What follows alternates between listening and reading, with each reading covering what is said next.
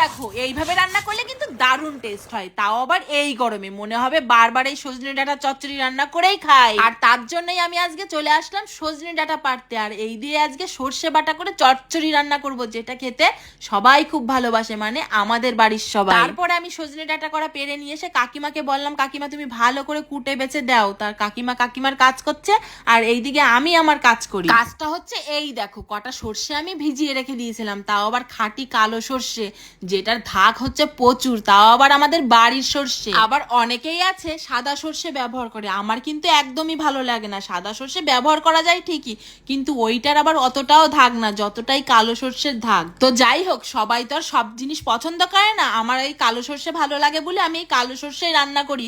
আবার অনেকেই বলে কালো সর্ষে রান্না করলে তো সেই তরকারি কালা কালা দেখা যায়, তো কালা কালা একদমই দেখা যাবে না। দেখো এইভাবে রান্না করলেই দারুণ দেখতে হবে আর খেতেও ভালো লাগবে। তো এই দেখো, প্রথমে নিয়ে নিয়েছি কটা সর্ষে, তার সঙ্গে নিয়ে নিয়েছি গোটা চারেক লঙ্কা, মানে কাঁচা লঙ্কা, আর একটুখানি নিয়ে নিয়েছি হলুদ, একটুখানি নিয়ে নিয়েছি লবণ, যেটা দিয়ে এখন বাটা দিলে পারে এর স্বাদ আরো দ্বিগুণ বেড়ে যাবে।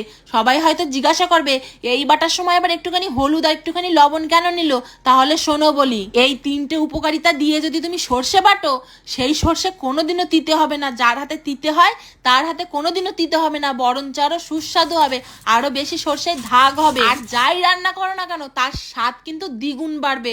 এই বাটার সময়, মানে এই কালা সর্ষে বাটার সময় একটুখানি দিয়ে দিবা হলুদ, একটুখানি দিয়ে দিবা লবণ, আর গোটা চারেক লঙ্কা দিয়ে দিবা, দিয়ে তারপরে এই সর্ষেটাকে আলাদা একটা বাটিতে নিয়ে ভালো করে গুলিয়ে রাখবা। তার আগে আমার যে কটা পরিমাণ মতন লঙ্কা লাগবে সেই লঙ্কাগুলো আমি বাটিয়ে নিচ্ছি। তারপরে কটা কাঁচা লঙ্কা বাটিয়ে নেওয়ার পরে এই যে সর্ষে বাটাটা আমি রেখে দিয়েছিলাম আলাদা বাটিতে করে, সেইটা এখন আমি ভালো করে গুলাই নেব। আর এই যে কেন গুলাই নিচ্ছে একটুখানি জল দিয়ে, সেইটাও তোমরা দেখে নাও। আর এইভাবে গুলাই নেওয়ার একটাই কারণটা হচ্ছে এই যে আমি এখন এই সর্ষেটা ভালো করে ছাকবো, যাতে এই যে কালা যে ইয়েগুলো সেগুলো সব বেরাই যায়। এর জন্য কিন্তু তরকারি দেখতেও ভাল লাগে না, খাতেও ভাল লাগে না। আর তাই আমি ভালো করে সেকে নিচ্ছি, যাতে ছোবলা মানে খোসা সব বাইরে ফেলাই দিতে পারি।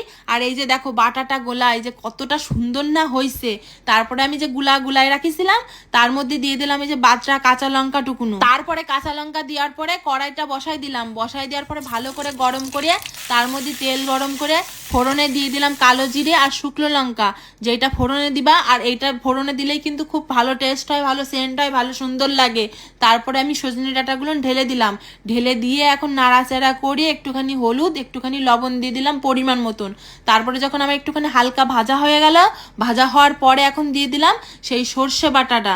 দেখতেই পাচ্ছ কেরম করে দিয়ে দিছি, যদি এরম করে দাও তাহলেই কিন্তু খাতি ভালো হবে। তারপরে আমি এটা দেওয়ার পরে একটুখানি ভালো করে নাড়াই চাড়াই ভালো করে কষিয়ে ভালো করে ভেজে নেব, যাতে এর স্বাদটা কিন্তু আরো বেশি সুন্দর হয়। তা দেখতেই পাচ্ছ ভালো করে কষাই টষাই নেওয়ার পরে ভাজাইটা যায় মানে ভেজে নেওয়ার পরে তারপরে আমি পরিমাণ মতন দিয়ে দিলাম জল। তারপরে যখন জল দেওয়ার পরে ভালো করে এখন এইটারে ভালো করে জাল দিতে হবে, ঠিক আছে? আর বেশি জাল দেওয়া যাবে না, কারণ এটারে আমি কিন্তু ভালো করে কষাইছি। কষানোর পরে এই যে জল দেওয়ার পরে পরিমাণ মতন হলুদ আর পরিমাণ মতন লবণ দিয়ে এখন নাড়াচাড়া করে এখন ভালো করে ফুটবে। ফোটার পরে তখন দেখবো যে প্রায় হওয়ার দিকে, তখন একটুখানি দিয়ে দেবো চিনি, মানে তাও আবার পরিমাণ মতন, বেশি না কিন্তু অল্প একটু স্বাদ অনুযায়ী। তারপরে যখন দেখলাম জাল দিতে দিতে যখন হয়েও গেল, দেখো দিনি কি সুন্দর টক বক করে ফুটতেছে, মনে হচ্ছে এখনই এক থালা ভাত বের করে এই দিয়েই ভাত খেয়ে নি। তো যাই হোক, এইদিকে আমার সজনে ডাঁটার চচ্চড়ি কমপ্লিট। কিভাবে রান্না করেছি এইভাবে একবার পারলে রান্না করো, খাতি কিন্তু সেই স্বাদ হবে, সেই স্বাদ। আর এই গরমে চেষ্টা করবা একটুখানি সজনের ডাঁটা, সজনের পাতা, থানকুনি শাক এইসব খাওয়ার, এই শাক পাতা খাওয়ার চেষ্টা করবা। আর এই সজনের ডাঁটা খালি কিন্তু খুবই উপকারিতা, তার জন্য কিন্তু আমরা প্রত্যেক দিন রান্না করে খাই। তো যাই হোক, আজকে এই ভিডিওটা শুধুমাত্র তোমাদের জন্যই, তোমরা পারলে এইভাবে একদিন রান্না করো, দেখবা সেই স্বাদ লাগবে।